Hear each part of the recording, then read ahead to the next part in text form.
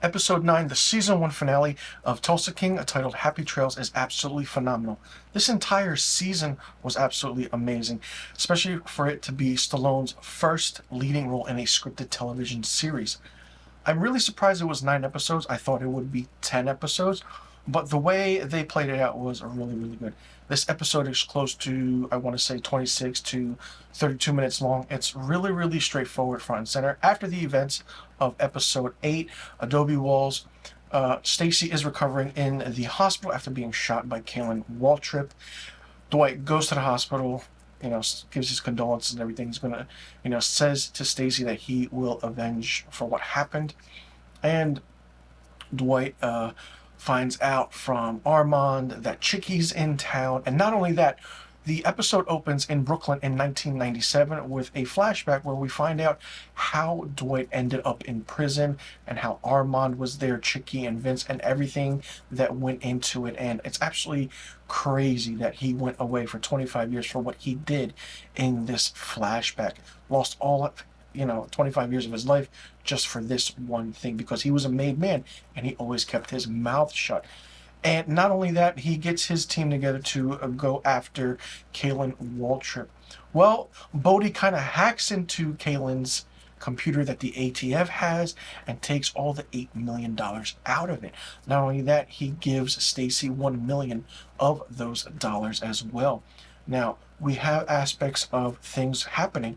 He goes to meet Chicky and basically kind of tells Chicky that he runs Tulsa now and everything. He has a crew, and he tells Chicky and Vince to go back home.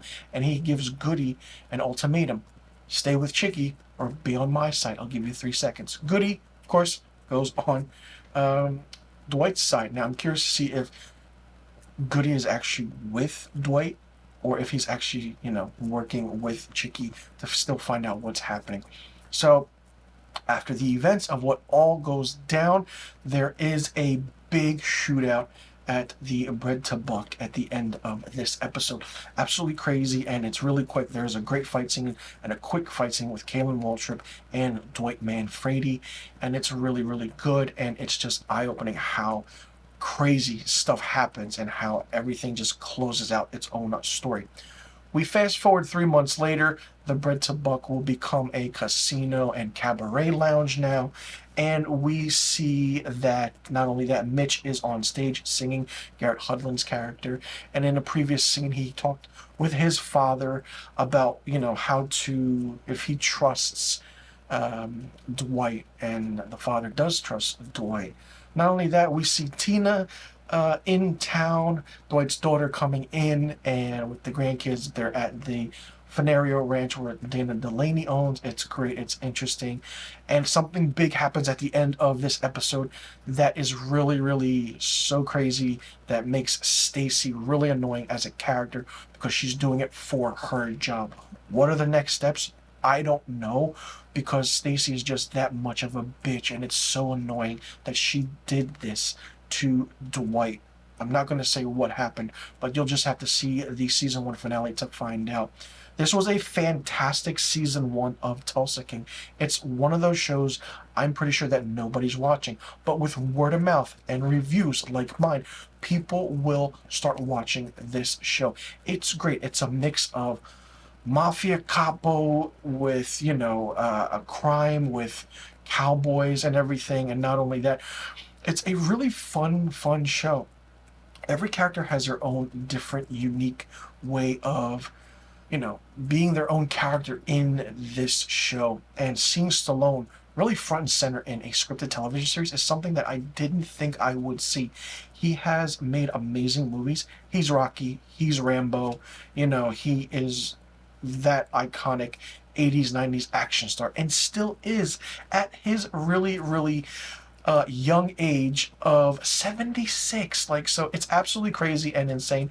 Tulsa King is great. It has been renewed for a second season, so I'm curious to see how this plays out now with the events that everything happened in this first season, and who will be the main villain in the second season, because every show needs that big villain. Will they get big name stars to go toe to toe with Stallone's character, and how will this whole process of now that Dwight has the $8 million of Waltrip's money. What will he do with it, and what will happen with other things that are going on, and the whole aspect of now he was out, okay, and then something happened, and then his daughter comes to see him. She's really happy that she reconnected with him, and near the end, Tina's like, "Come on, Dad." So that show of appreciation and respect is there, and it's really interesting. And all these episodes were really, really good and really well written, and it was really, really fun.